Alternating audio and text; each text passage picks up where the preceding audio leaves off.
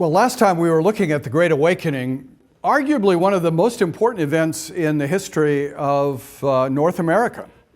And we had looked both at the profound impact it had on people at the time, where many, many people were converted all over the American colonies, but also the way in which it was a revolution that began to change church life in America.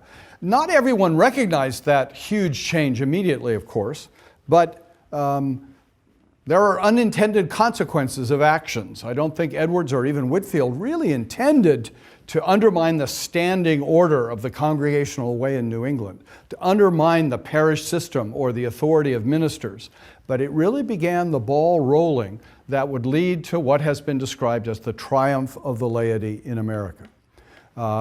And when Europeans come to America today, one of the things they observe is how much the laity are involved in the life of the church, how much influence they have in the life of the church. And of course that influence is, if you don't like it here, you can walk down the block. And an awful lot of Americans not only believe that, but act on that basis. And as a result, the ministers always have a sense they have to listen to the laity. Sometimes, unfortunately, ministers believe they have to let the laity roll over them. But in any case, it has created a church environment where there is much more activity on the part of the laity. You go to Europe, by contrast, where there are still state churches, in Germany, for example, and there the churches are almost empty, and the ministers are still paid because they're paid by the state.